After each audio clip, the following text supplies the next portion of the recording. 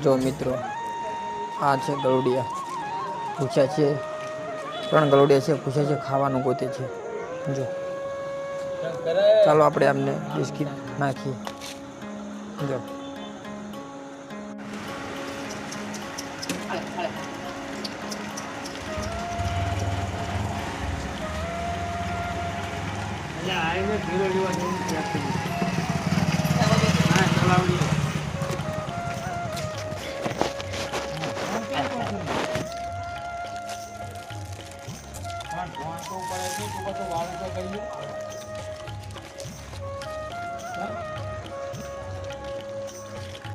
લે